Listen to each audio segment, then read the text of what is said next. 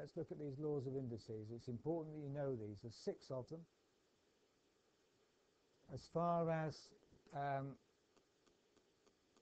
calculus is concerned, these 2 become really important because you can't differentiate without knowing those lots of functions. And as far as looking at power functions and exponential functions and plotting those, this becomes a crucial law of indices.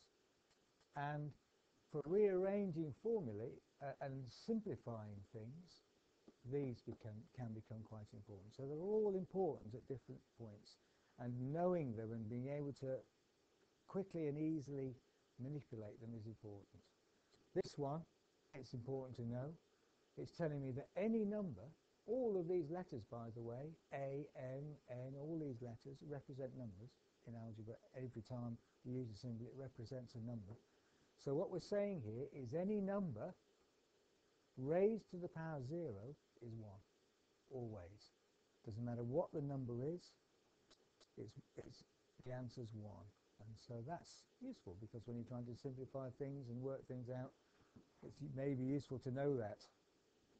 So they're all important in their own right. Let's have a look at them. Let's go through them one at a time. So we look at the first one, a to the m times a to the n equals a to the m plus n. That's the first law of indices. You might not want to put your notes, by the way, on these things in the same place as you've written this. As I say, I suggest you have these on a separate piece of paper that you can refer to, so you know them. It's not always necessary to refer to this, so this could be somewhere else.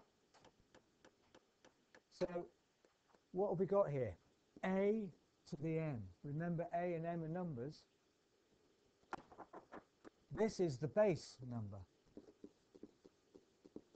and this is the index, hence the laws of indices, or often called the power, a raised to the power m.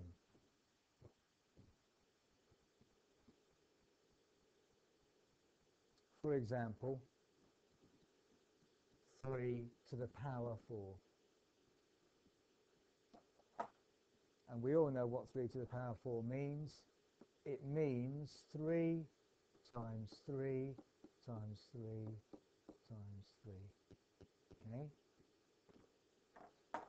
What the first law of indices is saying is, if I have something like 3 to the power 4, in this example 3 to the power 4, and I multiply it by a, so in this case it's, and for all of these laws of indices, if that's the base, a, then so too is this. They must be the same. So all the laws of indices assume and only work if the base number is the same. So if you look at them, these laws of indices, a is the same in the first 2.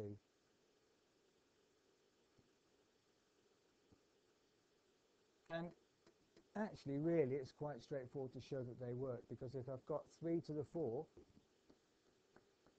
times 3 squared, for example, then that means 3 times 3 times 3 times 3, and this means 3 times 3, so I've actually got 6 lots of 3.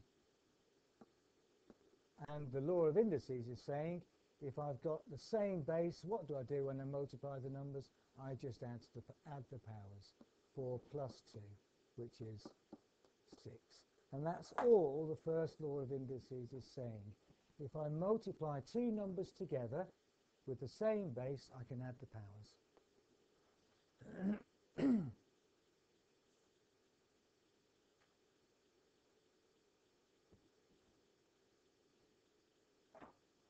5 to the power 6 multiplied by 5 is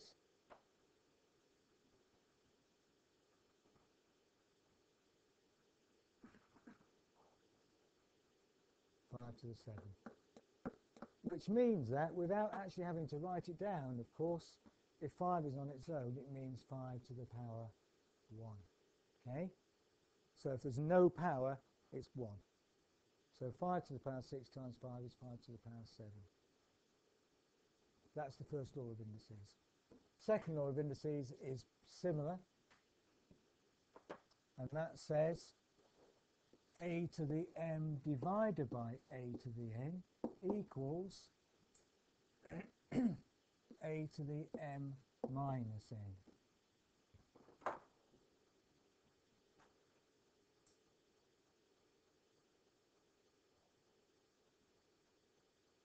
If we think of an example, pick a base, any base, raise it to a power, divide it by the same base to another power,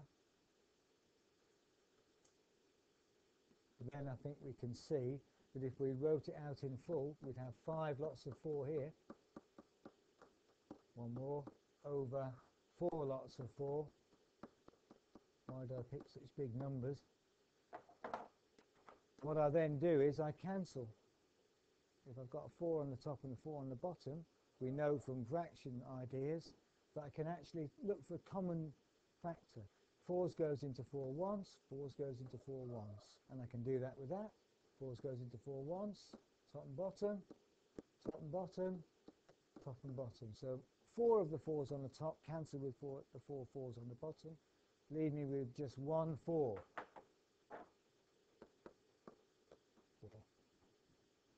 And using the laws of indices, 5 minus 4 gives 1.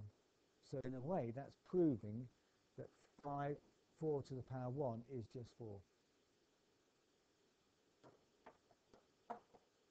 Similar argument can be used, and I'll leave you to do it. I'm sure you can almost see it now. A very similar argument is used to prove that anything to the power 0 is 1. So I'll leave you to do that. Prove that a to the 0 is 1. So that's the second law. We've also covered the sixth. Now the interesting ones arrive, okay? The ones that are most useful to us. Those first two are used exclusively, really, to simplify terms, as we'll see when we look at some examples. The next 3, 4 and 5 are the key ones, and they have more use than that. A to the m to the n equals a to the m times n, or mn. That's what the third law of indices says.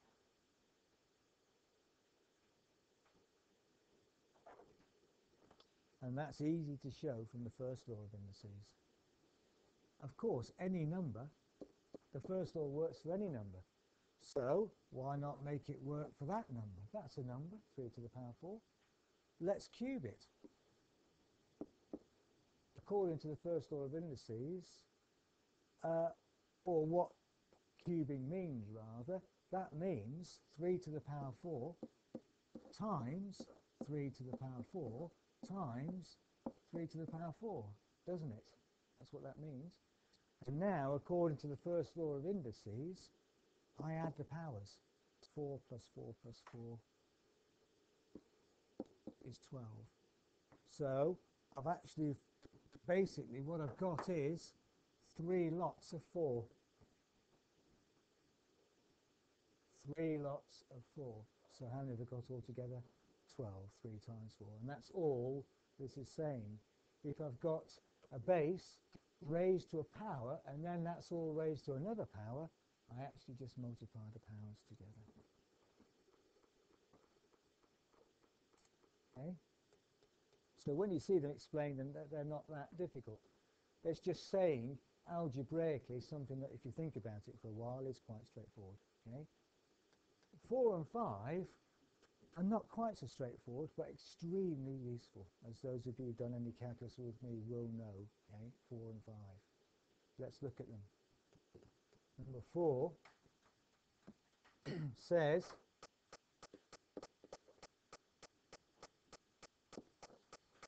the mth root of a to the n equals a to the n over m. Does that bring back any happy memories, Dan?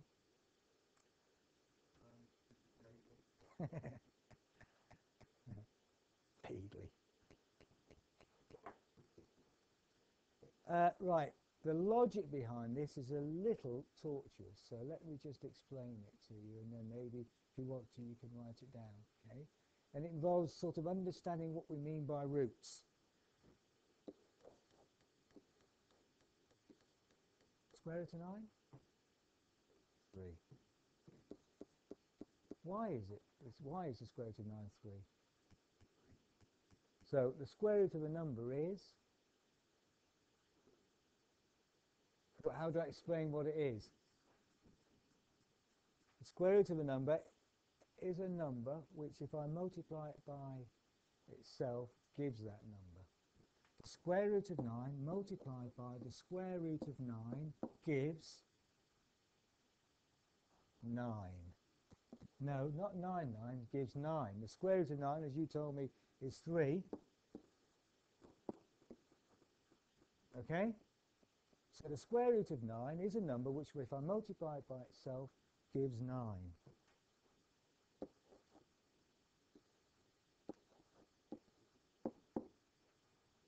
The square root of a number multiplied by the square root of a number is a. That's by the definition of square root. Agreed? Okay? Using the first law of indices, though,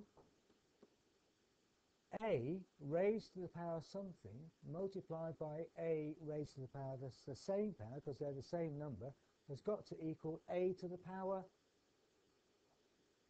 What's the missing number here? What's the missing number there? 1. What two numbers, when added together, the same two numbers added together, give 1? 0.5, right, or a half, if we think in terms of fractions. Trust you to use a decimal. A half. A half plus a half is 1, okay? So, in other words, the square root of a number can be written as the power of half. And we've just shown that that's the case. We could use a similar argument to prove that the cube root could be written as a third, because the cube root of a number is a number, if I multiply it by itself 3 times, gives the number. So a to the third, a third plus a third plus a third is 1. So the root, in this case the square root, can be written as a half. The cube root could be written as a third. The fourth root could be written as a quarter. The nth root, or the nth root rather, could be written as an nth, or over n. And so it actually doesn't matter what this number is inside it, a to the n, it'll be a to the n over n, whatever this power is, over n. The only reason why this was a 1 was because it was a 1 inside here. A is just a to the 1. So we have that roots can be written as fractional powers. The fourth root of a to the 5 can be written as a to the power 5 over 4. And we've shown that that's the case. We've proved it by thinking about what we mean by square roots and what we mean by cube roots. What you need to do is to remember this. To remember this law of indices. That's what this is saying, look. If I've got a root, whatever the m and the n are, they go in the fraction. The m goes underneath and the n goes on top. And as I was saying last year to these guys, the root tends to go under the ground, if you think about it, so roots go underneath in the fraction. Okay? So the fourth root of a to the 5 is a to the 5 over 4.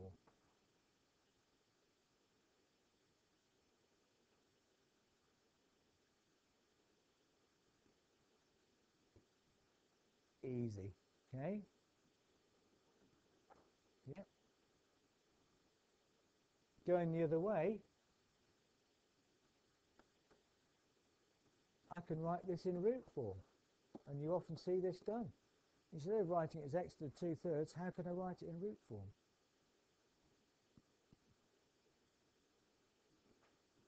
root of x squared, because it's the root that goes underneath. So the underneath part of the fraction is the root. The cube root of x squared. It could be written as x to the 2/3.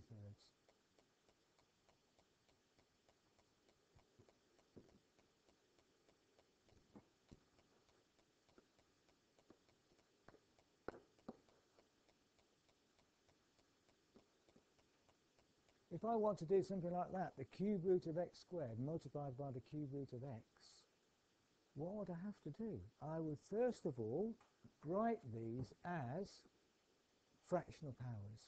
How could I write the cube root of x squared? Right, as we've just done. How could I rewrite the cube root of x?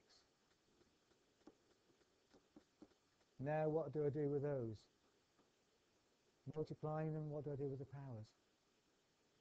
Add them. So what does this become? X to the power 1, or just x. So actually, the cube root of x squared plus the cube root of x is x, using the laws of indices. And a knowledge of these laws and an ability to be able to play around with them and use them makes something like that very straightforward, but only if you know them.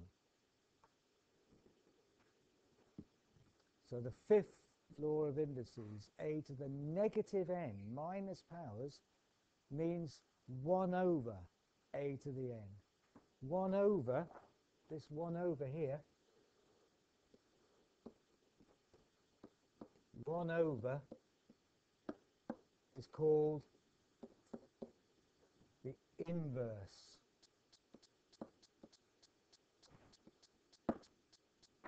So we say a to the minus n means equals the inverse of a to the n, or 1 over a to the n. So inverse means 1 over.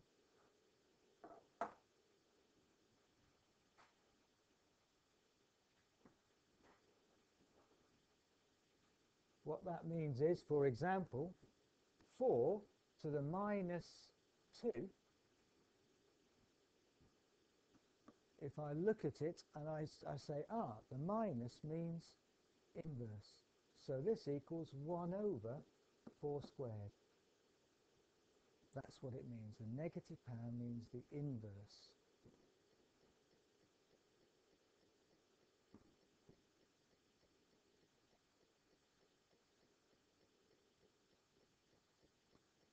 It doesn't matter what that power is. If it's negative, it means inverse. So how can I rewrite x to the minus 2/3?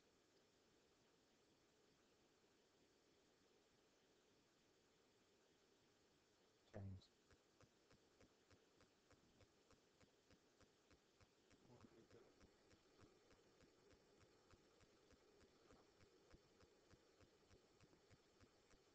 Are you trying to use the root as well? Right. All I meant you to say was 1 over x to the 2/3, which I could then write as 1 over, 2/3. So how can I rewrite this?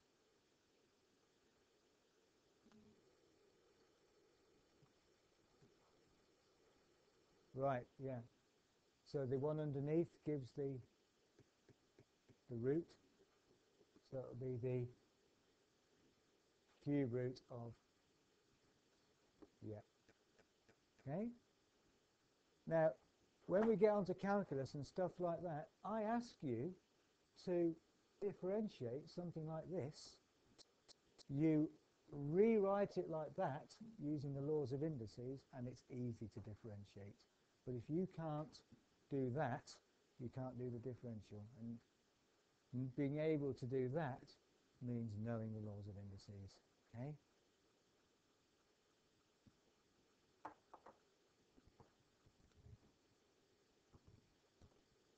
X over x cubed means x over x times x times x.